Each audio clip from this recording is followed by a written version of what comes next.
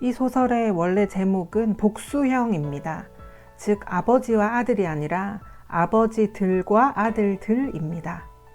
이것은 개인 간의 갈등이기보다 아버지 세대와 아들 세대의 갈등을 이야기한다는 뜻이죠. 그래서 전에 읽은 내용과 같이 대부분의 내용이 니콜라이와 파벨이 아버지 세대로, 아르카디와 바자로프가 아들 세대로 그렇게 진행됩니다. 그래서 초반에는 바자로프의 아버지보다 오히려 니콜라이와 파벨에 대해 더 많은 스토리가 있습니다. 이제 파벨의 이야기입니다. 파벨 페트로비치 기르사노프는 동생인 니콜라이와 마찬가지로 처음에는 집에서, 그 후에는 육군 유년 학교에서 교육을 받았다. 그는 어렸을 때부터 잘생긴 외모로 사람들의 시선을 끌었다. 게다가 그는 자존심 강하고 다소 냉소적이며 애교 있는 어리광 때문에 사람들에게 호감을 사게 되었다. 그는 장교로 임관되자 여기저기 얼굴을 드러내기 시작했다. 누구에게나 인기가 있었으므로 자부심을 갖게 되어 짓궂게 놀기도 하고 고집을 피우기도 했는데, 그러나 그의 이런 행동도 그에게는 어울렸다. 여자들은 그에게 반해 미칠 지경이었고 남자들은 그를 멋쟁이라고 비꼬면서도 내심으로는 부러워했다. 그는 앞에서 말한 대로 동생과 한 집에 살면서 동생과는 서로 닮은 데가 전혀 없었는데도 진심으로 동생을 사랑했다. 니콜라이 페트로비치는 다리를 약간 저는 데다가 몸 전체가 왜소하고 마음은 착하지만 다소 침울한 얼굴을 하고 있었다. 눈이 작고 새까맣고 머리칼은 부드럽고 가는 편이었다. 그는 게으른 생활을 좋아했으나 독서를 즐기는 편이고 남들과 어울리는 것을 꺼렸다. 그런데 파벨 페트로비치는 하룻밤도 자기 집에서 잔 적이 없었으며 호탕하고 기민한 행동으로 사람들에게 알려져 있었다.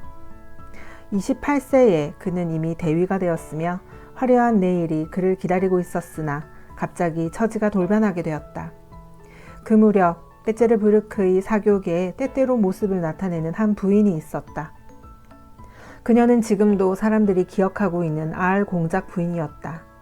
그녀의 남편은 명문가의 출신답게 대단히 고상한 듯 보였지만 머리가 좀 모자라는 편이었다. 두 사람 사이에는 자녀가 없었다. 그녀는 갑자기 외국에 여행을 떠나는가 하면 불쑥 돌아오는 등 이상한 생활을 하여 불성실한 바람둥이로 알려져 있었다. 향락이라면 뭐든지 열중하여 지쳐서 쓰러질 때까지 춤을 추거나 큰 소리로 깔깔대며 웃고 떠들었으며 젊은 남자들을 희롱하는 것이 그녀의 생활이었다.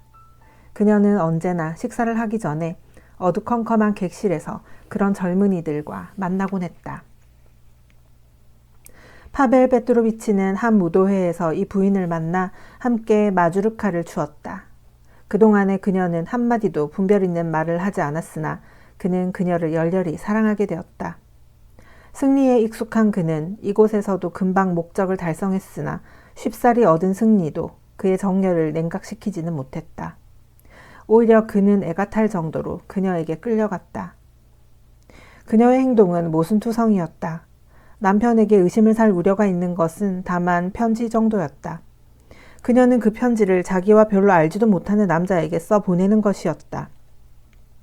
그러나 그녀의 사랑은 우스어린 요소를 지니고 있었다. 그녀는 자기가 택한 남자에게 농담도 하지 않고 웃지도 않았으며 다만 미심쩍은 표정으로 상대방의 말을 들으면서 상대방의 얼굴을 눈여겨보는 데 그쳤다.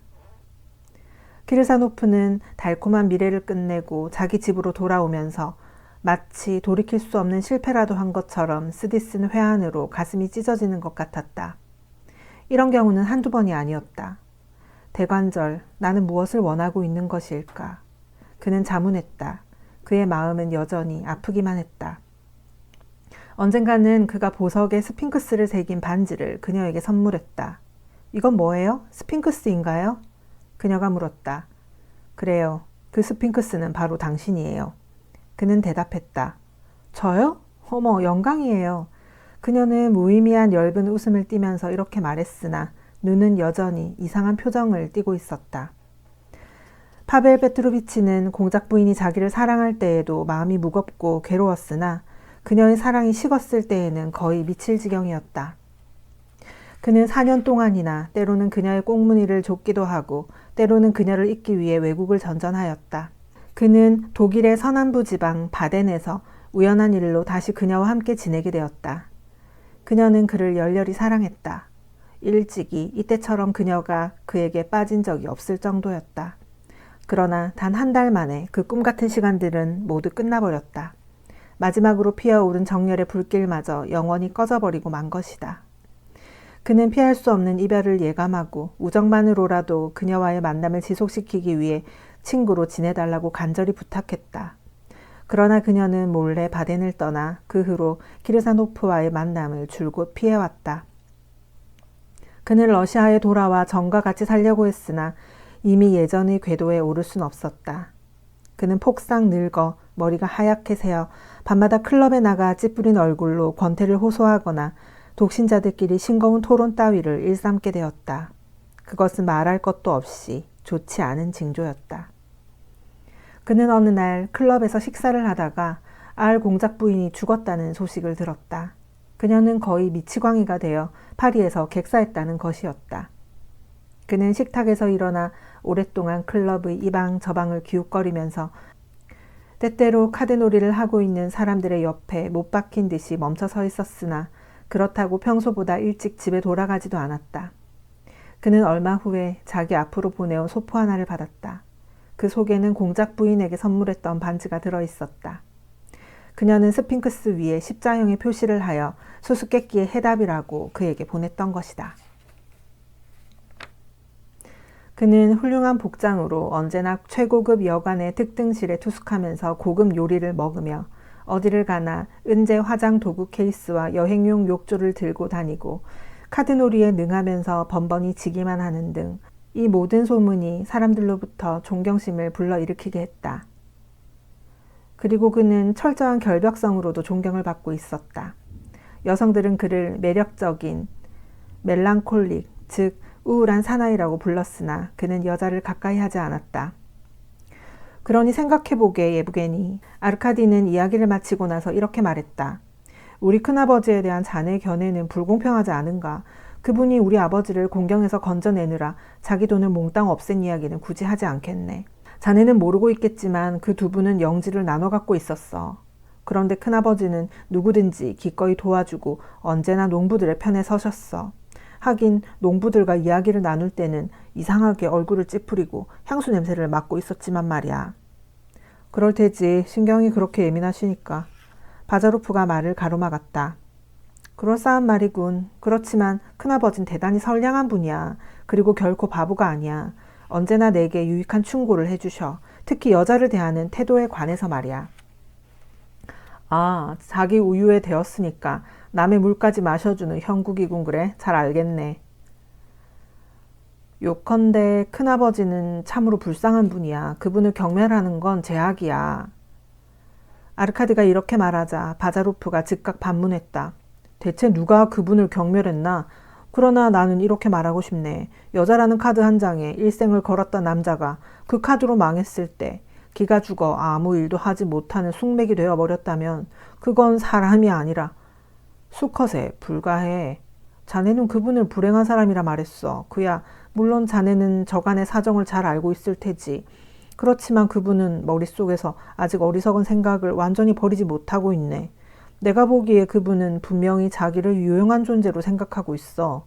그 불쾌한 갈리니지 같은 것을 읽고 한 달에 한 번쯤 농부들에게 태형을 면제해주기도 하니까 말일세. 그렇지만 그분이 받은 교육이나 살아온 시대를 참작해야 해. 아르카디가 주의를 주었다. 교육? 인간은 스스로 자기를 교육해야 해. 예컨대 나처럼 말이야. 시대를 내세웠는데 무엇 때문에 내가 그런 것에 지배를 받아야 하나? 오히려 시대가 나한테 지배를 받아야 해. 아니 그건 무의미한 생각일세. 그리고 남녀간에 어떤 신비로운 관계가 있다는 거야? 우리 생리학자는 그것이 어떤 관계를 갖고 있는지 정확히 알고 있네. 자넨 눈의 구조라도 연구해보게. 대체 어디서 자네가 말한 그런 수수께끼와 같은 눈의 표정이 생기나? 그런 건 모두가 로맨틱한 헛소리고 썩은 미학이야. 그보다는 물방개라도 보러 가지 않겠나? 두 사람의 친구는 바자로프의 방으로 갔다. 그곳에는 벌써 싸구려 담배 냄새에 뒤섞여 외과 병실에서 풍기는 것 같은 냄새가 풍기고 있었다. 마리노에서의 생활은 일정한 질서를 유지하면서 진행되고 있었다. 아르카디는 삶을 즐기고 바자로프는 착실히 일을 했다. 집안 식구들도 그의 거침없는 태도나 무뚝뚝한 언사에 익숙해졌다. 특히 페니치카는 그와 아주 친숙해져서 어느 날 밤에 미티아가 경련을 일으켰을 때는 한밤중에 그를 깨우러 갔을 정도였다. 그는 평소와 같이 반은 농담조로 반은 하품을 하면서 2시간가량 그녀의 방에 머물면서 아기를 돌봐주었다. 반면에 파벨은 바자로프를 미워했다. 그를 건방지고 철면피한 녀석, 남을 빈정거리기나 하는 속물이라고 단정했다. 바자로프 녀석은 날 조금도 존경하지 않아. 아니 오히려 날 이 파벨 키르사노프를 경멸하려 들어 하고 생각했다. 니콜라이는 젊은 니힐리스트를 약간은 두려워하여 아르카디에 대한 이 사나이의 영향이 과연 유익한 것일까 경계하고 있었다. 그러나 기꺼이 바자로프의 이야기를 듣고 물리나 화학실험도 견학했다. 바자로프는 현미경을 갖고 있었으므로 날마다 몇 시간 동안 그것을 매만지고 있었다. 하인들도 언제나 그의 놀림을 받으면서도 호감을 갖게 되었다. 그는 뭐니 해도 자기들의 동료이지 주인이 아니라는 생각이었다. 하인의 자녀들도 마치 강아지처럼 의사의 뒤를 따라다녔다. 다만 늙은 하인 프로코피치만은 그를 좋아하지 않았다. 식사 때가 되면 그에게 얼굴을 찌푸리고 요리를 날라다 주고는 뒤에서는 그를 흉물스러운 놈 또는 사기꾼이라 부르고 있었다. 그의 의견에 의하면 구렛나룻을 기른 바자로프의 꼴은 숲속에 숨어있는 돼지와 같다는 것이었다. 프로코비치는 자기 딴에는 파벨 못지않은 귀족주의자였다. 어느 날 니콜라이 페트로비치가 뜰로 마중을 나갔다. 정자 가까이 갔을 때 갑자기 두 청년이 급히 걸어오는 발소리와 목소리가 들려왔다. 그들은 정자 저쪽을 걷고 있었으므로 니콜라이의 모습은 눈에 띄지 않았다. 자네는 우리 아버지에 대해 잘 모르고 있어. 아르카디의 목소리였다. 니콜라이는 숨을 죽였다. 자네 아버지는 좋은 분이셔. 바자로프가 말했다. 그렇지만 이제는 시대에 뒤떨어진 분이야. 그분의 무대는 이미 막이 내렸다고. 니콜라이는 가만히 귀를 기울였다. 아르카디는 아무 대꾸도 하지 못했다. 시대에 뒤떨어진 인간은 5분쯤 가만히 서 있다가 이윽고 어정어정 집으로 돌아왔다.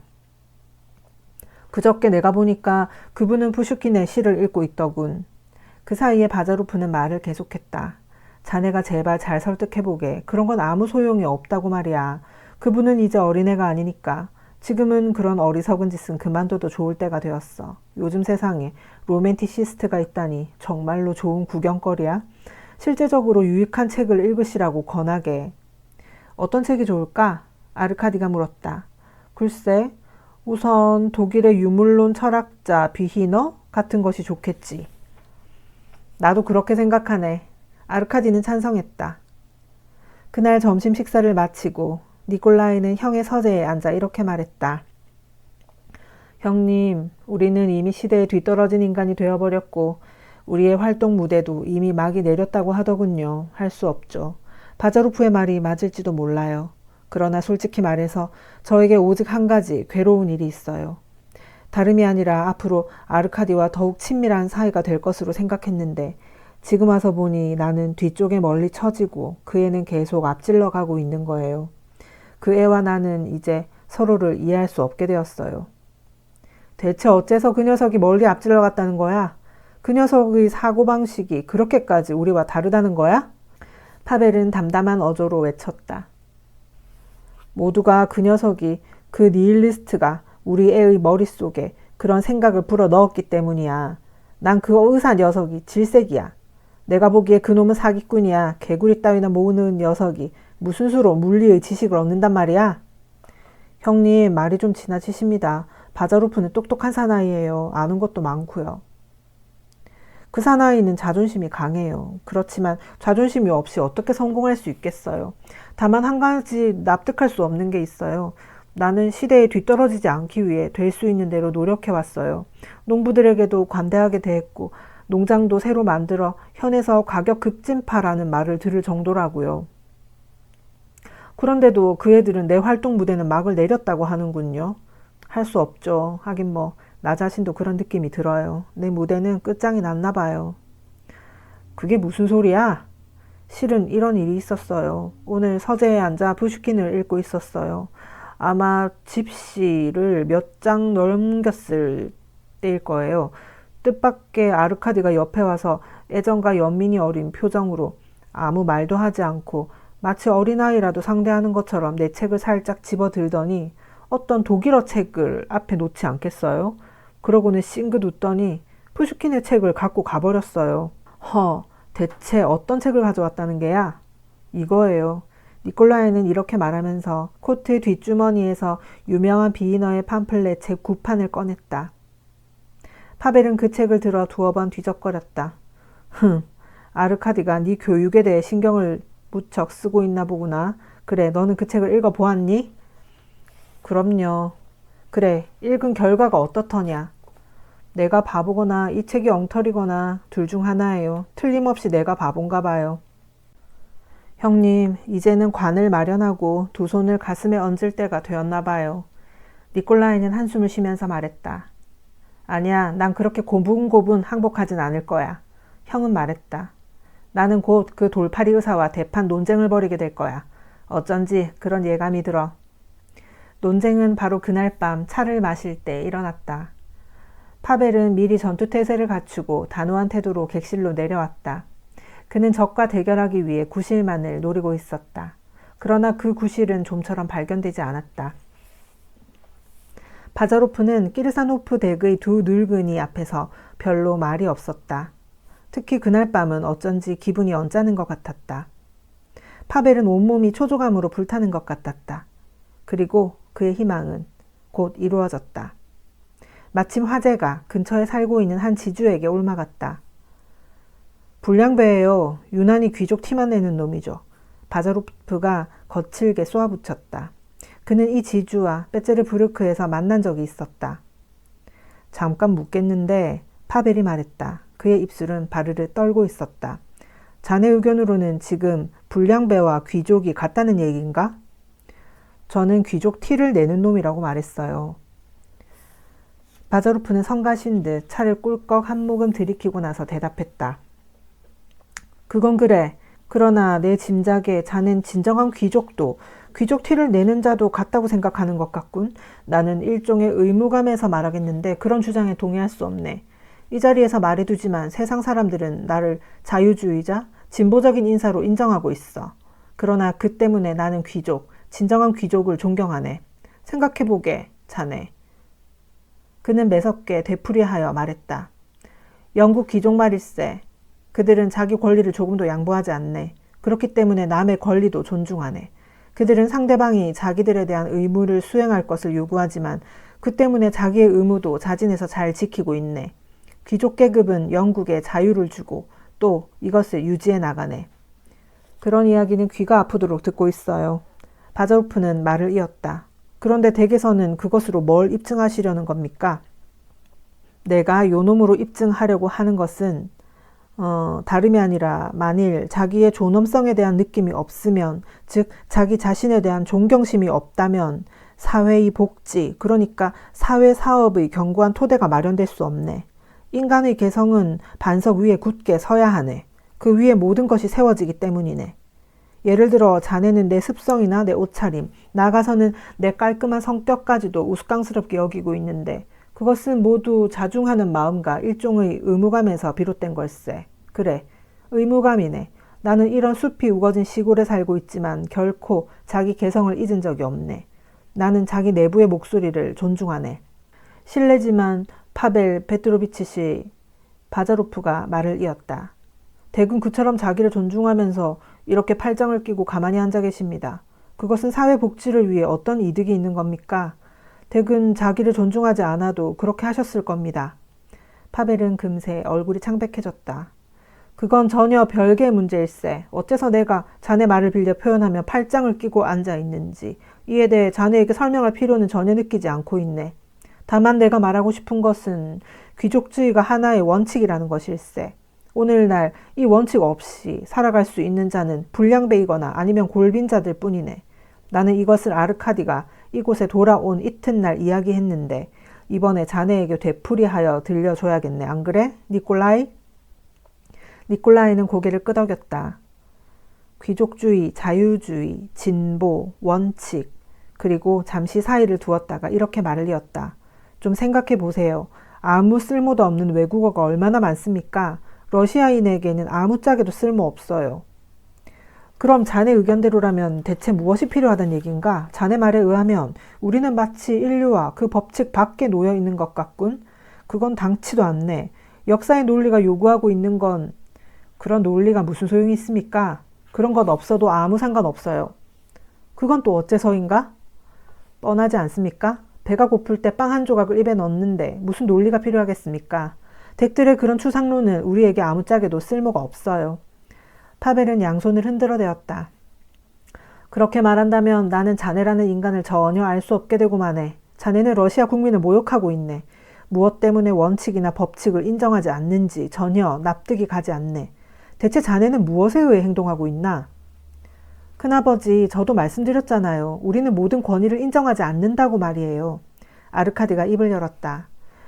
우리는 스스로에게 유익하다고 인정하는 것을 위하여 행동합니다. 바자로프가 말을 이었다. 지금은 부정이 가장 유익하기 때문에 우리는 부정합니다. 모든 것을 말인가? 네, 모든 것을요. 뭐라고? 예술이나 시뿐만 아니라 심지어 말하기조차 두려운 일이야. 모든 것을요. 침착한 태도로 바자로프는 거듭 말했다. 파벨은 그를 흘끔 노려보았다. 그는 이런 말이 나오리라고는 미처 생각지 못했다. 아르카디는 만족한 나머지 얼굴이 붉게 상기되었다. 니콜라이가 말했다. 그렇지만 자네는 모든 것을 거부하고 있네. 아니, 좀 더 정확하게 말하면 모든 것을 파괴하고 있네. 그렇다면 건설도 해야 하지 않겠나? 그것은 우리가 할 일이 아니에요. 우선 터가 깨끗하게 마련되어야 하니까요. 오늘날 국민 모두가 그걸 요구하고 있어요. 아르카디는 단호한 어조로 말했다. 우리는 그 요구를 실현해야 해요. 우리에게는 개인적인 에고이즘에 만족할 권리가 없어요. 이 마지막 한마디는 확실히 바자로프의 마음에 들지 않았던 모양이다. 거기에는 철학, 즉 로맨티시즘의 냄새가 났다. 바자로프는 철학도 로맨티시즘이라고 부르고 있었다. 그러나 그는 자기의 제자를 반박할 필요를 느끼진 않았다. 아니야, 그렇지 않아. 파벨은 갑자기 기세가 등등해져서 외쳤다. 자네들이 정말로 러시아 국민을 알고 있다니. 자네들이 그들의 요구나 갈망의 대표자라니. 난 그런 걸 믿고 싶지 않아. 러시아인은 제군이 상상하고 있는 그런 국민이 아니야. 그들은 전통을 신성시하고 있어. 러시아인은 가부장제를 신봉하는 국민이야. 그들은 신앙이 없이는 살아갈 수 없어. 저는 그것을 논박하고 싶진 않아요. 바자로프가 말을 가로막았다. 오히려 그 점에 대해서는 당신의 주장에 동의할 용의도 있습니다. 만일 내 주장이 옳다면 그래도 역시 아무것도 증명할 수 없어요. 그래요. 아무것도 증명할 수 없어요. 아르카디가 자신 있게 말했다. 그는 언뜻 보아 강한 적수를 예상한 경험이 풍부하고 태연자약한 체스의 고단자처럼 보였다. 어째서 아무것도 증명할 수 없다는 거지? 파벨은 당황하여 반문했다. 그럼 자네들은 자기 나라 민중들을 적대시하겠다는 건가? 그렇게 간주해도 되겠죠. 바자로프가 외쳤다. 러시아의 민중은 우레소리를 들으면 선지자 엘리야가 불수레를 타고 하늘을 달리는 소리라고 생각하고 있어요. 그래도 제가 그 생각에 동의해야 할까요? 그들이 러시아인이라면 저도 러시아인 아니겠어요? 아니, 그런 주장을 하는 자네는 러시아인이 아니야. 나는 자네를 러시아인이라고 인정할 수 없네. 저희 할아버지는 농사를 짓고 있었어요. 바자로프는 오만한 어조로 대답했다. 당신과 나, 두 사람 중에서 어느 쪽이 그들의 눈에 같은 국민으로 보이는지 당신이 부리고 있는 농부들 중 누구라도 좋으니 물어보십시오. 당신은 농부들과 이야기를 나누는 방법도 모르고 계실 것입니다. 자네는 농부와 이야기를 나누면서도 한편으로는 그들을 경멸하고 있더군. 그건 그들이 경멸을 받을 만하기 때문인데 어쩔 수 없지 않습니까? 당신은 저의 태도를 비난하고 계시지만 이런 태도가 우연한 것이라거나 혹은 당신이 추구하는 국민 정신에 의해 불러일으켜진 것이 아니라고 누가 말하던가요? 뭐라고? 이제 난 더 이상 니힐리스트 따위에겐 볼 일이 없네. 볼 일이 있는지 없는지는 우리가 결정할 문제가 아니에요. 당신도 자기 자신을 설마 쓸모없는 인간이라고 생각하진 않으실 테죠? 잠깐, 제발 개인적인 인신공격은 삼가게. 니콜라이가 외치며 자리에서 일어났다. 파벨은 싱긋 웃고 동생의 어깨에 손을 얹어 눌러앉혔다. 걱정할 것 없어. 그는 말했다. 나는 이성을 잃거나 하지 않아. 그러니까 이 의사가 그처럼 거침없이 조롱하고 있는 자기의 존엄성 때문에 문제가 된 거야. 실례지만 그는 다시 바자로프를 향해 이렇게 말했다. 혹시 자네는 자기 주장을 새로운 것으로 생각할지 모르지만 그건 커다란 착각이네. 자네가 선전하고 있는 유물주의는 전에 여러 번 유행한 적이 있었지만 번번이 허점이 드러났던 거라고. 저는 아무것도 선전하고 있지 않아요. 우리는 그런 버릇을 갖고 있지 않아요. 그럼 도대체 무엇 하고 있는 건가? 우리가 하고 있는 건 이런 거예요. 얼마 전까지만 해도 러시아의 공무원은 뇌물을 받는다거나 러시아에는 도로다운 도로도 없고 상도덕이 엉망이고 재판도 제대로 하고 있지 않다는 것 등을 지적했어요. 오라, 그래. 자네들은 폭로자지. 이런 표현이 어울린다고 생각하네. 그러니까 자네들이 내세우는 주장의 대부분을 나도 찬성하는 바이지만 그런데 그 후에 우리나라의 병폐에 대해 떠들기만 하는 것으로는 공론에 머물 뿐 아무 가치도 없고 단지 속된 공상에 불과하다는 것을 깨닫게 되었어요. 우리나라에서 똑똑한 채 하는 성각자나 폭로자는 아무 소용도 없어요. 우리가 쓸데없는 일에 몰두하여 예술이나 무의식적인 창조나 의원 제도나 변호사 제도 등에 대해 이러쿵 저러쿵 떠들어대는 동안에도 한편에서는 나날의 빵 문제가 크게 대두되고 있어요. 또 놀라운 미신이 국민을 질식시키고 있어요. 많은 회사들은 정직한 종업원이 부족하여 도산하고 있고요. 정부가 힘쓰고 있는 자유가 우리에게 해를 끼치지 않으면 다행이에요. 농부들은 술집에서 흠뻑 취하기 위해서는 약탈도 불사하니까요. 옳지. 파벨이 말했다. 자네는 그걸 굳게 믿고 있기 때문에 어느 것에도 진지하게 손을 쓰지 않기로 결심했군. 네, 어느 것에도 손을 쓰지 않기로 결심했어요. 바자로프는 볼멘 소리로 파벨의 말을 되풀이하며 말했다. 그는 무엇 때문에 이런 영주 앞에서 그렇게 여러 말을 했나 싶어 갑자기 자기 자신이 혐오스러워졌다. 그래서 욕설이나 퍼부을 따름인가? 네, 욕설이나 퍼부을 따름이에요. 그게 니힐리즘이라는 건가? 네, 그게 니힐리즘이라는 거예요. 바자로프는 다시 되풀이하여 말했으나 이번에는 한층 더 무뚝뚝한 말투였다. 파벨은 눈을 가늘게 떴다. 아, 그렇군. 니힐리즘은 모든 사람들의 눈물을 닦아주니 자네들은 우리의 구세주이고 영웅인 셈이군 그래? 그런데 대체 무엇 때문에 다른 사람들까지 자기와 같은 고발자까지도 그렇게 모욕하는 건가? 자네들도 다른 사람들과 마찬가지로 단지 떠들어대기만 하는 것은 아닌가? 다른 건 몰라도 그 비난만은 받아들일 수 없군요. 바자로프는 중얼거리는 듯한 어조로 말했다. 그럼 자넨 뭔가 실행하고 있다는 건가?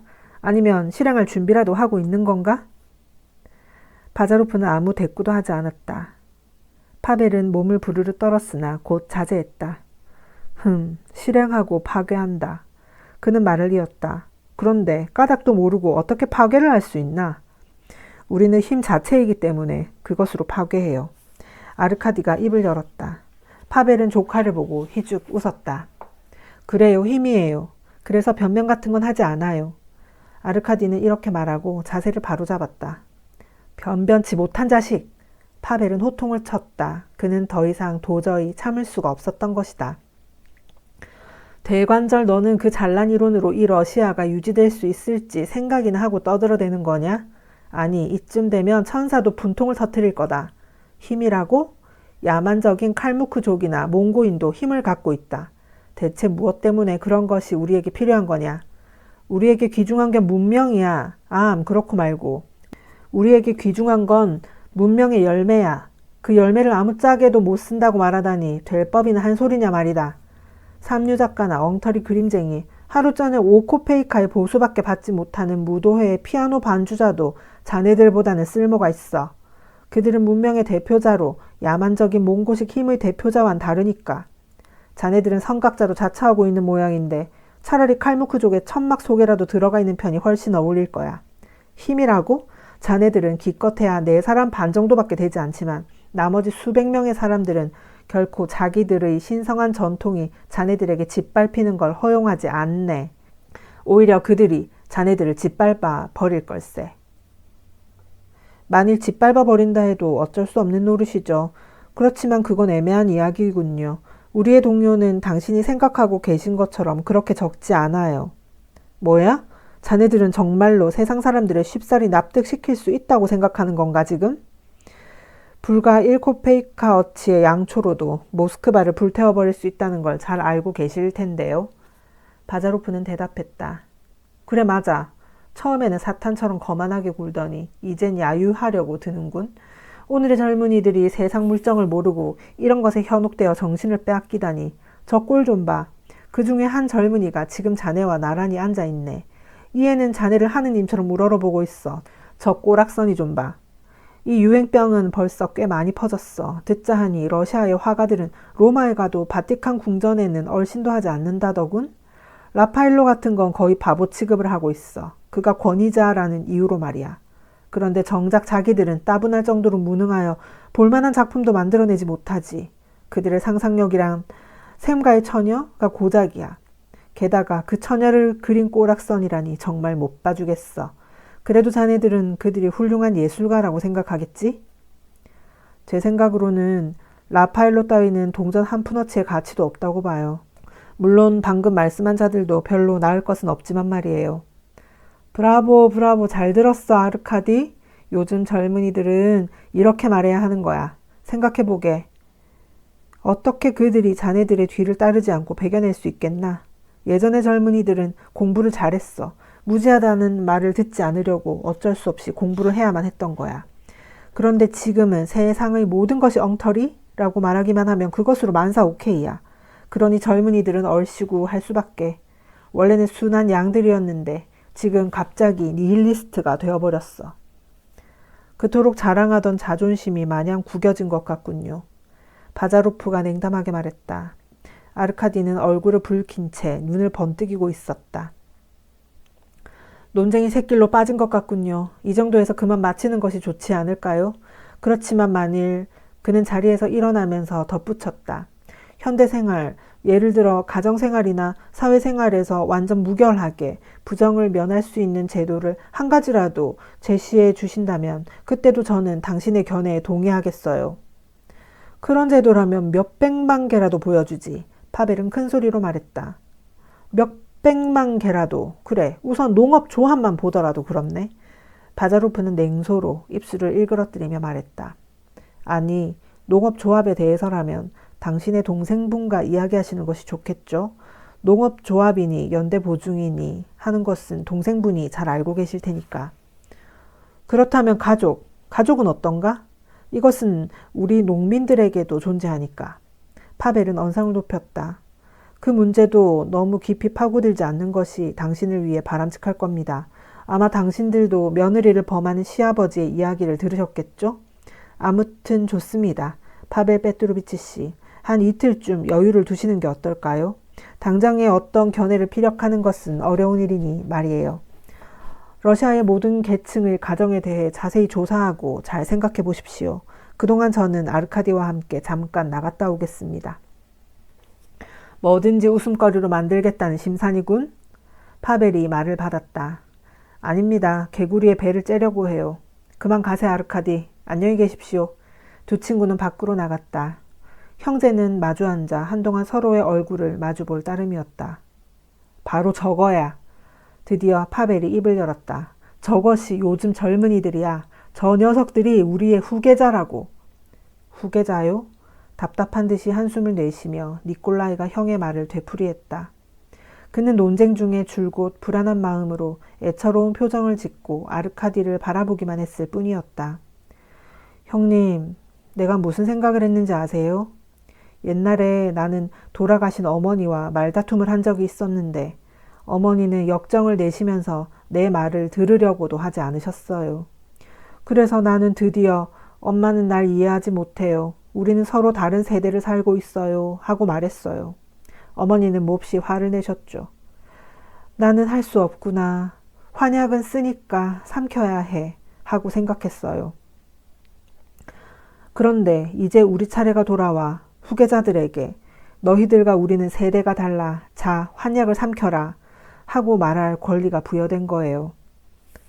너는 너무 얌전해. 파벨이 반박했다. 나는 반대로 이렇게 믿고 있어.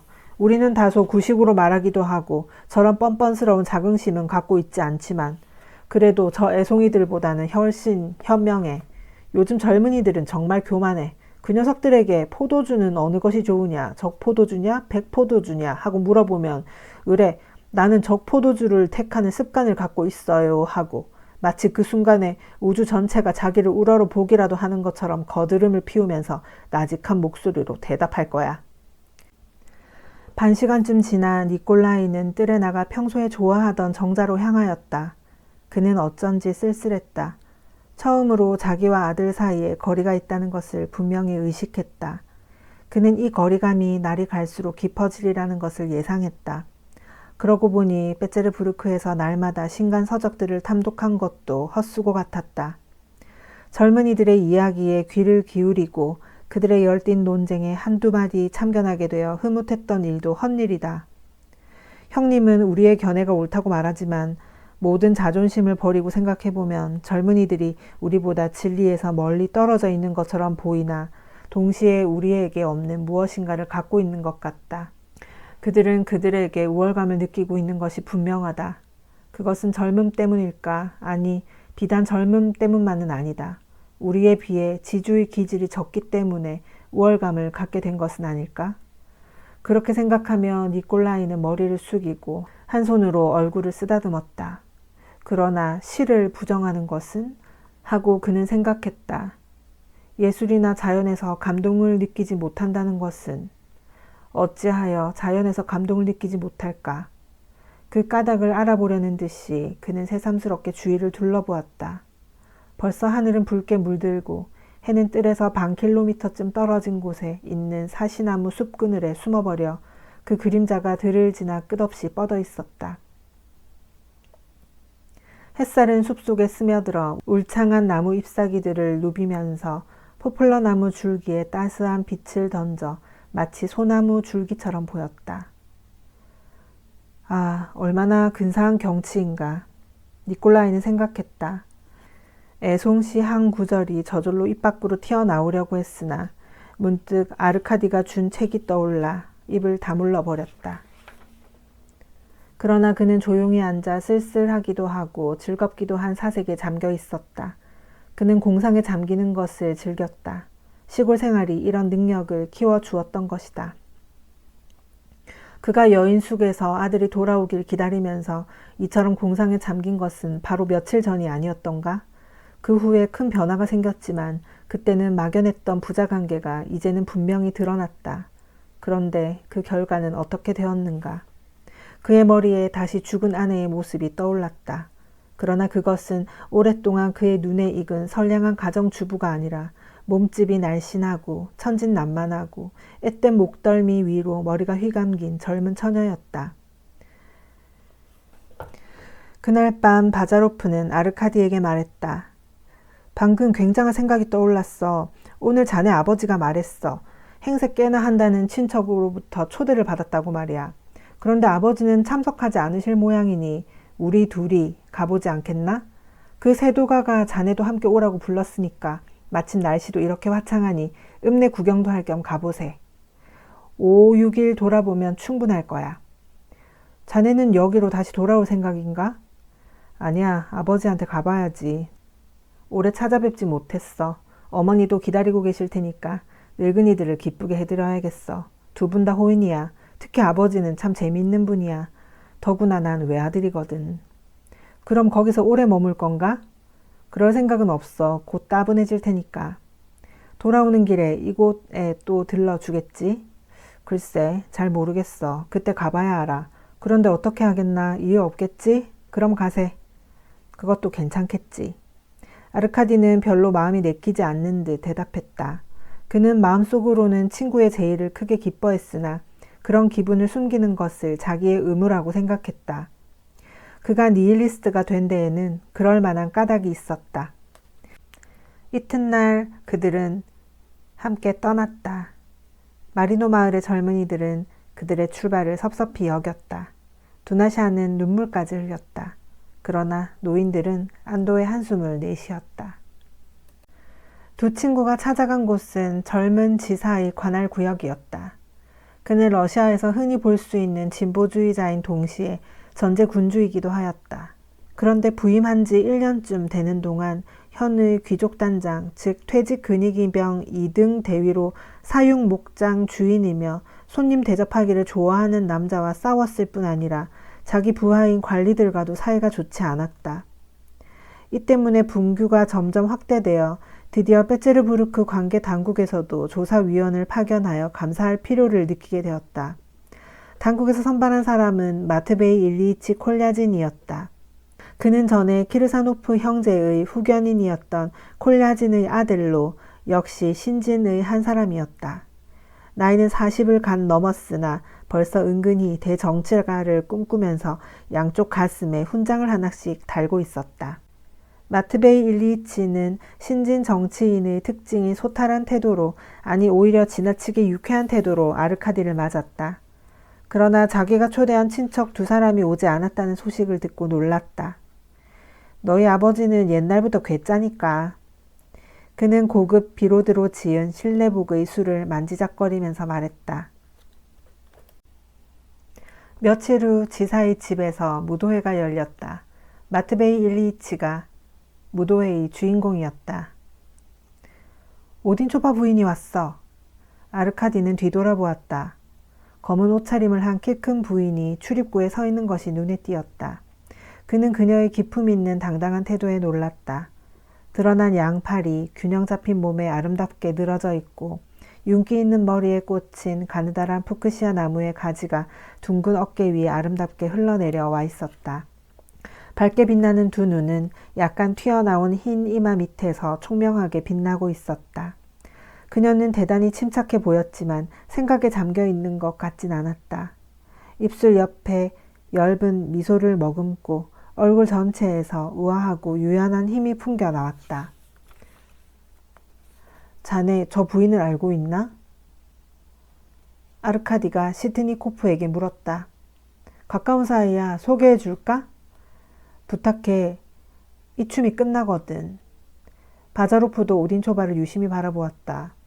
놀랍군. 다른 여자들과는 딴판이군. 시드니코프는 춤이 끝나길 기다렸다가 아르카디를 오딘초바 옆으로 데리고 갔다. 그녀는 아르카디에게 니콜라이 페트로비치의 아들이 아니냐고 물었다. 네, 그렇습니다.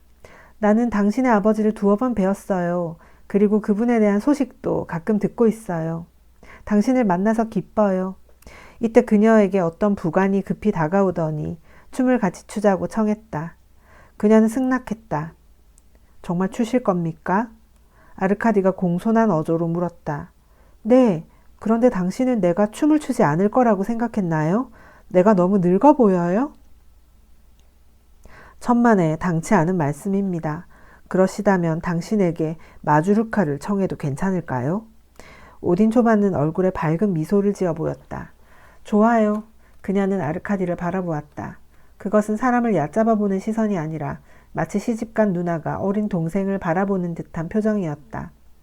오딘초바는 아르카디보다 조금 나이가 많은 29세였으나 그는 이 여자 앞에 서면 자기가 마치 초등학생이나 제자처럼 느껴져서 어쩐지 두 사람의 나이차가 훨씬 많은 것처럼 생각되었다.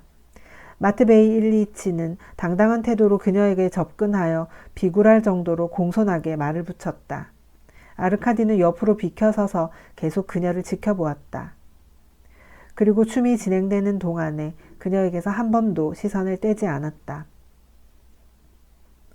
그녀의 코는 대다수의 러시아인과 마찬가지로 조금 도톰하였으며 피부 색깔도 결코 투명한 편은 아니었다. 그럼에도 불구하고 아르카디는 이처럼 아름다운 부인을 만난 적이 없다는 생각이 들었다. 그녀의 목소리가 귓가에서 떠나지 않았다. 아르카디는 마주르카의 첫 멜로디가 울려 나오는 것과 때를 같이하여 춤상대인 오딘초바의 옆에 자리를 잡고 섰으나 마음속으로 위압감을 느껴 말을 붙이려다가 단지 머리칼을 잠깐 만지작거릴 뿐 한마디도 입 밖에 내지 못했다. 그러나 기가 죽어 주눅이 들어있는 상태는 그다지 오래가지 않았다. 오딘초바의 침착한 태도가 그에게도 전염되었던 것이다. 15분도 채 못 되어 그는 벌써 자기의 아버지와 큰아버지 그리고 베제르부르크와 시골 생활에 대해 자유롭게 이야기하고 있었다. 오딘초바는 부채를 가볍게 폈다 접었다 하면서 그때그때 고개를 얌전히 끄덕이며 그의 이야기에 귀를 기울이고 있었다. 그는 그녀의 맑은 눈과 아름다운 이마와 정답고 품이 있는 총명한 얼굴을 보며 이야기하는 동안 충만한 행복감이 온몸에 넘쳐나는 것을 느꼈다. 그녀는 말을 많이 하진 않았지만 인생에 관한 풍부한 지식을 갖추고 있었다. 아르카디는 그녀의 몇 가지 견해를 듣고 이 젊은 부인이 이미 많은 것을 느끼고 생각해왔음이 틀림없다고 판단했다. 당신과 함께 서 있던 분이 누구죠? 그녀가 물었다. 그 사나이 잘생겼죠. 바자로프라는 제 친구예요. 아르카디는 자기 친구에 대한 이야기를 시작했다. 그는 감동적인 어조로 바자로프에 대한 이야기를 자세히 들려주었다. 오딘초바는 바자로프를 유심히 바라보았다. 이윽고 마주르카가 거의 끝나가고 있었다. 아르카디는 그녀와 헤어지기가 몹시 아쉬웠다. 그는 흡족한 기분으로 그녀와 함께 그럭저럭 1시간쯤 보냈다. 그동안에 그는 줄곧 이런 생각을 했다. 오딘초바가 그처럼 너그러운 태도로 나를 상대했으니 그만큼 그녀에게 신세를 진 셈이 아닐까? 그러나 젊은이들은 그런 감정을 대수롭게 여기지 않는 법이다. 음악이 끝났다. 고마워요. 오딘초바는 일어서면서 말했다. 당신은 나를 찾아오시겠다고 약속했는데 그때 저 친구도 같이 오세요. 나는 아무것도 믿지 않는 그런 대담한 사람을 만나보고 싶어요. 이튿날 바자로프와 아르카디는 오딘초바가 투숙하고 있는 여관 방문을 노크했다. 제복 차림의 젊은 하인이 두 친구를 큰 방으로 안내했다. 그곳에는 러시아의 여관이 흔히 그렇듯이 초라한 가구가 놓여 있었으나 그 대신 온통 꽃으로 장식되어 있었다. 이윽고 오딘초바가 간소한 아침 실내복 차림으로 나타났다. 그녀는 봄의 햇살을 받아 더욱 젊어 보였다. 아르카디는 바자로프를 그녀에게 소개했다. 오딘초바는 어젯밤과 마찬가지로 침착했으나 바자로프가 이상하게 당황해하는 것을 보고 아르카디는 마음속으로 놀라지 않을 수 없었다. 바자로프 자신도 자기가 당황한 것을 깨닫자 혐오감을 느꼈다. 세상에, 여자 앞에서 당황하다니 하고 생각하며 그는 시트니코프처럼 안락의자에 깊숙이 몸을 파묻고 유난히 대범한 태도를 취하기 시작했다. 오딘초바는 그의 얼굴에서 시선을 떼지 않았다. 안나 세르게이브나 오딘초바는 미남으로 투기꾼이며 노름꾼인 세르게이 니콜라예비치 로크테프의 딸이었다. 그는 15년 동안 베제르부르크와 모스크바에서 호경기를 누리며 줄곧 호화롭게 살았으나 결국 망하여 시골에 틀어박혀 지내야만 했다. 그곳에서 그는 두 딸, 20세인 안나와 12세인 카테아에게 얼마 안 되는 재산을 남기고 죽었다. 두 딸의 어머니는 몰락한 귀족 공작 가문 출신이었으나 남편의 전성시대에 이미 베제르부르크에서 죽었다. 아버지가 세상을 떠나자 안나는 비참한 처지에 놓이게 되었다. 베제르부르크에서 받은 교육은 영지나 가사를 걱정하거나 쓸쓸한 농촌 생활을 이겨낼 수 있는 힘을 키워주지 못했다. 그러나 그녀는 좌절하지 않고 곧 돌아가신 어머니의 언니뻘 되는 아브도티아 스테파노브나 엑스 공작의 따님을 자기 집으로 모셔왔다.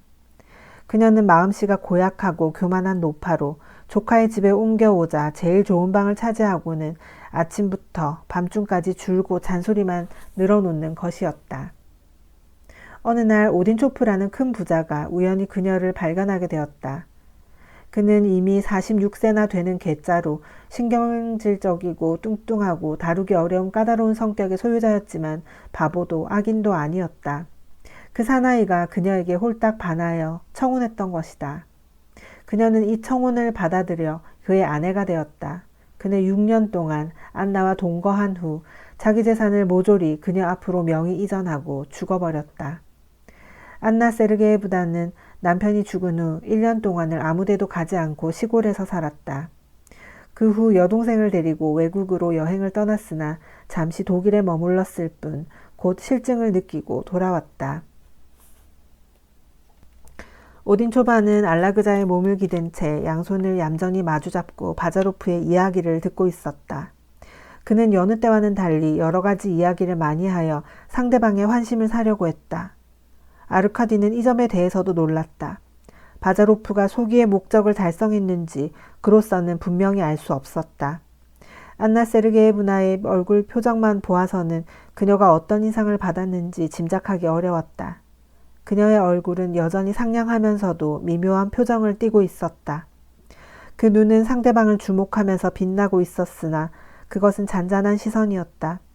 처음에는 바자로프의 자연스럽지 못한 언행이 무슨 고약한 냄새나 날카로운 음향처럼 그녀에게 불쾌한 인상을 주었으나 상대방이 당혹감을 느끼고 있는 것을 재빨리 간파했으며 그것이 그녀의 자존심을 만족스럽게 했다. 그녀의 마음을 상하게 하는 것은 단지 저속한 일뿐이었는데 아무도 바자로프를 속되다고 탓할 순 없었다. 그날 아르카디는 줄곧 놀랐다. 그는 바자로프가 오딘초바를 총명한 부인으로 보아 자기의 확신이나 주장을 피력하기를 기대하고 있었다. 그리고 그녀 자신도 아무것도 믿지 않는 대담한 사람의 이야기를 듣고 싶다고 말했었다. 그러나 바자로프는 예상과는 달리 의학이나 대중요법이나 식물학 등에 대한 설명을 하는 것이었다. 오딘초바와 대화를 나눠본 결과 그녀가 시골에서 고독으로 시간을 헛되이 흘려보내고만 있지는 않다는 걸 알 수 있었다. 그녀는 여러 권의 좋은 책을 읽었고 정확한 러시아어를 구사할 수 있었다. 두 친구는 드디어 자리에서 일어났다. 안나 세르게예브나는 정답게 두 사람을 바라보면서 아름다운 흰 손을 그들에게 내밀고 잠시 망설이는 듯이 그러나 정다운 미소를 띠면서 말했다.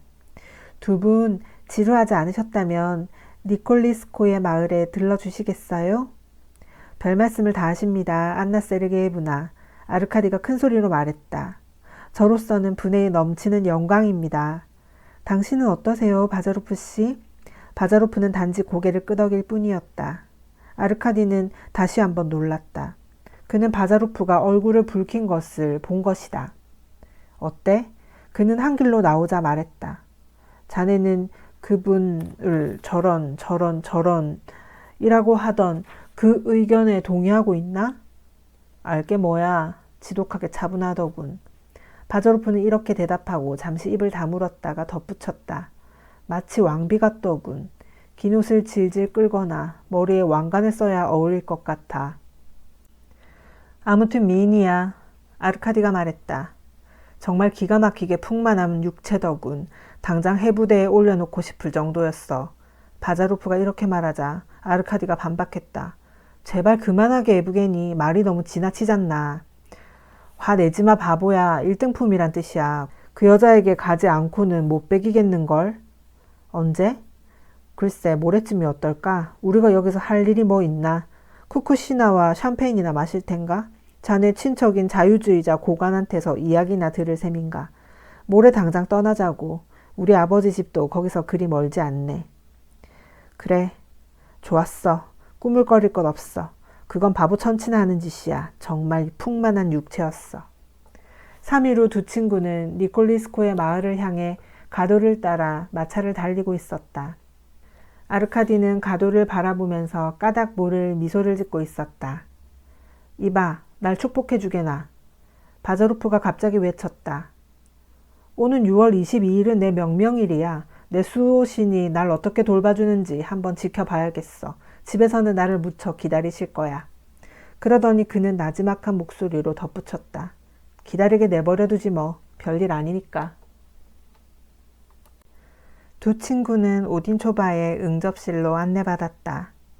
그리고 곧 여주인이 들어왔다. 그녀는 하늘하늘한 얇은 옷을 입고 있었고 귀 뒤로 깨끗이 빗어넘긴 머리가 생기 있는 그녀의 얼굴에 처녀와 같은 표정을 주고 있었다. 약속을 지켜주셔서 고마워요. 우리 집에서 천천히 쉬다 가세요. 여긴 꽤 좋은 곳이에요. 내 여동생을 소개할게요. 아주 피아노를 잘 쳐요. 바자로프 씨, 당신은 그런 건 아무래도 상관 않겠지만 키르사노프 씨는 음악을 좋아하실 것 같아요. 집에는 여동생과 늙은 이모님이 계시고 이웃집 아저씨가 가끔 카드놀이를 하러 오세요. 우리 가족은 이게 전부예요. 자, 앉으시죠. 이 애가 제 동생 카테아예요. 오딘 초바는 옆에 있는 처녀 쪽으로 가볍게 머리를 기울이면서 말했다. 카테아는 가볍게 허리를 굽혀 인사를 하고 언니 옆에 앉아서 꽃을 추리기 시작했다. 카테아를 따라 들어온 피피라고 부르는 개가 두 사람이 손님에게 번갈아 꼬리를 치면서 한 사람 한 사람의 손에 차가운 코를 문질렀다. 이걸 다 네가 꺾은 거야? 오딘 초바가 물었다. 그럼요, 카테아가 대답했다. 이모님은 차 드시러 안 오신대? 오신대요. 카테는 말할 때 조금은 수줍은 듯이 그러나 꾸밈없이 귀여운 미소를 띠면서 눈을 살며시 위로 치떠 보였다. 그녀에게서는 싱싱한 젊음이 풍기고 있었다. 얼굴에 가득한 솜털도 동글동글한 무늬처럼 나있는 장밋빛 손도 자그마한 어깨도 그러했다. 그녀는 여전히 얼굴을 붉히고 숨을 몰아쉬고 있었다. 오딘 초바는 바자로프 쪽을 향해 입을 열었다. 당신은 지금 체면상 마지못해 사진을 보고 계시죠? 에브게니 바실리에비치? 그녀는 말했다. 그런 건 당신의 흥미를 끌 수 없을 거예요. 그보다는 이쪽으로 오시죠. 뭔가 토론을 할 수 있게 말이에요. 바자로프는 옆으로 다가갔다. 무슨 토론을 원하시는데요? 시간이란 때로는 새처럼 날아가 버리는가 하면 때로는 벌레처럼 느릿느릿 기어간다. 그러나 시간의 걸음이 빠르고 더딘 것도 알아차리지 못하는 시절이 인간에게는 가장 행복한 것이다. 아르카디와 바자로프는 바로 그처럼 시간의 흐름도 잊은 채 보름 동안을 오딘 초바의 집에서 보냈다. 이것은 그녀가 자기 집이나 생활에 일정한 질서를 유지하고 있었기 때문이기도 했다. 그녀는 그 질서를 엄격히 지켰고 다른 사람들에게도 그 질서를 따라줄 것을 요구했다. 하루의 행사는 일정한 시간을 따라 행해졌다. 아침 8시면 집안 사람들은 티테이블로 모였다. 그리하여 차를 마신 뒤 아침 식사를 하기까지는 누구나 자기 마음대로 행동하였다. 저녁 식사 전에는 다시 모두 모여 대화를 나누거나 책을 읽었다. 그리고 밤에는 산책이나 카드놀이 또는 음악을 들으면서 보내다가 10시 반이 되면 안나 세르게예브나는 자기 방으로 들어가 다음날 할 일을 지시하고 잠자리에 들었다. 그렇게 자로 잰 듯한 다소 엄격하게 짜여진 일상생활은 바자로프의 마음에 들지 않았다. 마치 레일 위를 달리고 있는 것 같군. 그는 말했다. 제복 차림의 하인이나 예의범절이 바른 집사 등이 그의 민주적인 기분을 상하게 만들기 때문이었다. 그는 전에 이 일로 안나 세르게예브나와 대화를 나눈 적이 있었다. 그녀는 누구에게나 자기 의견을 솔직하게 말했는데 바자로프의 의견을 듣고 나자 이렇게 말했다. 그런 시각에서 보면 당신의 말이 옳을지도 몰라요. 그리고 어쩌면 나는 귀부인 티를 내고 있는지도 모르겠어요. 그렇지만 시골이라고 해서 무질서하게 살아갈 수는 없어요. 권태로워 견디기 어려우니까요. 그 후로도 그녀는 자기의 생각대로 밀고 나갔다. 바자로프는 불평을 토로했으나 그와 아르카디가 이처럼 마음 편하게 지낼 수 있었던 것도 모두가 레일 위를 달리는 것처럼 움직였기 때문이었다. 그럼에도 불구하고 니콜리스코의 마을에서 보내게 된 2, 3일째부터 두 사람에게 어떤 변화가 생겼다. 분명히 안나 세르게예브나에게 호감을 갖고 있던 바자로프는 왠지 불안을 느끼게 되었다. 그는 신경이 예민해지고 말하기도 귀찮아하고 눈도 자주 치뜨게 되었다. 그리고 무엇에 부추김을 받기라도 한 것처럼 한 곳에 진득이 있지 못했다. 아르카디는 자기는 오딘 초바에게 홀딱 반했다고 스스로 단정짓고 한없는 우울에 빠져 있었다. 그러나 이러한 기분이 카테아와 가까워지는데 방해가 되진 않았다. 오히려 그녀와 거리낌 없이 사귀는데 도움이 되었다. 그 부인은 내 진가를 알아주지 않아. 그래도 좋아. 그런데 이 선량한 소녀는 나를 싫어하지 않아. 그는 그렇게 생각했다. 그러자 그는 다시 너그럽고 감미로운 기분에 젖어들게 되었다. 카티아는 그가 자기와 교제하면서 어떤 위로를 찾고 있는 것을 어슴풀에 알아차렸으므로 조금은 부끄러워하면서도 흉허물 없는 우정에서 비롯된 순수한 만족감을 상대방 또는 자기 자신에게 거부하려고 하지 않았다. 두 사람은 안나 세르게예브나가 보는 데에서는 별로 이야기를 나누지 않았다. 카티아는 언제나 언니의 날카로운 시선의 감시를 받고 있었으며 아르카디는 사랑에 빠진 사람이 누구나 그렇듯이 자기가 사랑하는 사람 옆에서 다른 어떤 것에도 신경을 쓸 수 없었다. 그러나 그는 카티아와 단둘이 있을 때는 대단히 기분이 좋았다. 그는 오딘초바의 호감을 사기에는 역부족이라는 것을 알고 있었으므로 그녀와 단둘이 있으면 이상하게 기가 죽어 안절부절 못하는 것이었다. 그리고 그녀 쪽에서도 아르카디에게 무슨 말을 해야 할지 모르고 있는 것 같았다. 그녀가 보기에 아르카디는 너무 어려 보였다. 카티아는 자연을 찬미하고 있었고 아르카디도 굳이 그렇다고 말하진 않았으나 역시 자연을 좋아했다. 그러나 오딘초바는 바자로프와 마찬가지로 자연에 대해 무관심했다. 이 두 친구는 언제나 서로 떨어져 있었으므로 두 사람의 관계는 서서히 변해갔다. 바자로프는 아르카디에게 오딘초바의 이야기를 하지 않게 되었고 그 귀족적인 취미에 대해 욕하는 것도 그만두어 버렸다. 카티아만큼은 여전히 칭찬하고 있었으나 그녀의 감상적인 버릇만은 자제하도록 충고했다. 그러나 그의 찬사는 기계적이었고 충고도 무뚝뚝했다. 그도 아르카디와 이야기를 나눌 기회가 전보다 훨씬 적어졌다. 그는 마치 친구에게 수치감을 느껴 되도록 만나기를 꺼리는 것 같았다. 아르카디는 그런 것을 모두 알고 있었으나 그대로 가슴속에 간직해둘 뿐이었다. 이러한 현상의 근본 원인은 오딘초바가 바자로프의 마음에 불러일으킨 감정에 있었다.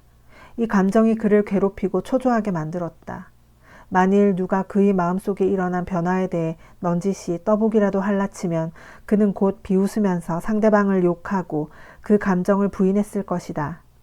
바자로프는 여성이나 여성미에 대하여 큰 애착을 갖고 있었으나 이상적인 의미의 사랑은 그의 말에 의하면 넌센스이며 용납할 수 없는 어리석은 짓이었다. 그는 기사적인 감정 따위는 어떤 정신적인 불구나 병적인 것으로 간주하고 있었다. 그는 자주 이렇게 말하곤 했다. 만일 마음에 드는 여자가 있으면 자기 여자로 만들도록 노력해야 해. 그러나 만일 그게 여의치 않으면 끊어버리는 거야. 그러면 그만이야. 세상은 넓으니까. 바자로프는 오딘초바가 마음에 들었다. 그녀에 대해 세상에 퍼져 있는 소문, 그 자유분방한 사고방식, 그에 대한 의심할 여지가 없는 호의, 그것들은 모두 그에게 유리한 조건으로 생각되었다. 그는 얼마 후에 이 부인으로부터 바람직한 결과를 얻을 수 없다는 것을 깨닫게 되었는데 그녀와의 관계를 끊을 용기가 없다는 것을 느끼고 스스로도 놀라지 않을 수 없었다. 그녀를 생각할 적마다 뜨겁게 타오르는 피를 그는 쉽사리 식힐 수 없었다. 그런데 뭔가 다른 것이 그의 마음속에 둥지를 틀고 들어앉았다. 그것은 도저히 용납할 수 없는 것이고 그가 지금까지 언제나 냉소를 퍼부어 온 것이며 그의 자존심을 상하게 하는 것이었다. 안나 세르게예브나와 이야기를 나눌 때면 그는 유난히 로맨티시즘에 대해 냉담한 경멸을 포시했으나 혼자 있을 때면 자기 내부에서 이 로맨티시즘을 발견하고 붕괴를 금치 못하는 것이었다. 자, 오늘은 여기서 정리하겠습니다. 바자로프는 귀족들이 향유하는 문화, 예술, 권위, 낭만적 사랑 따위는 인정하지 않습니다. 유물론자이고 과학적으로 증명되는 것만 인정하죠. 파벨의 입장에선 오랜 시간 쌓아온 문명조차도 터부시하는 젊은 사람들이 건방지고 빈정거릴 줄 밖에 모르는 하등 쓸모없고 무능한 인간이라 생각하죠. 여기서 저는 나름 온건파인 파벨의 동생 니콜라이가 너무 재밌으면서도 와닿았습니다. 자신도 나름 지주로서 개혁적으로 행동했다고 생각하고 자식 세대를 이해하려고 노력합니다. 하지만 푸슈킨의 시집을 읽는 자신에게 아들이 준 독일어 과학책을 이해하지 못하고요. 이제 관짝에 들어갈 때가 됐다고 말하죠. 그리고 사회를 비판하기만 하는 바자로프와 허무주의를 핑계로 젊은이들이 공부조차도 하지 않는다고 대립하는 파벨을 보며 말합니다. 예전에 자신이 어머니와 세대 차이 때문에 말다툼을 하다 그 차이를 극복하지 못하고 어머니가 했던 말이 있었어요. 환약은 쓰니까 그냥 삼켜라. 이 말을 우리가 자식에게 그대로 물려주는 것 같다고요. 사랑하는 아들의 눈치를 보고 맘 편히 시 한 편도 못 읽게 된 니콜라이를 보면서 저는 알파 세대 아이 눈치를 보면서도 제 기준에서 중요한 것들을 교육시키려고 아둥바둥 싸우는 제 모습을 발견합니다. 그리고 반대로 부모님 세대의 전통을 이해하지 못하고 지금도 싸우는 제가 있네요. 다시 소설로 돌아가서 귀족은 물론 예술도 신앙도 사랑도 부정하는 바자로프는 어이없게도 사랑에 빠져 이성을 잃습니다. 작가는 이 젊은이를 통해 무슨 이야기를 하고 싶은 걸까요? 앞으로의 이야기가 기대되네요.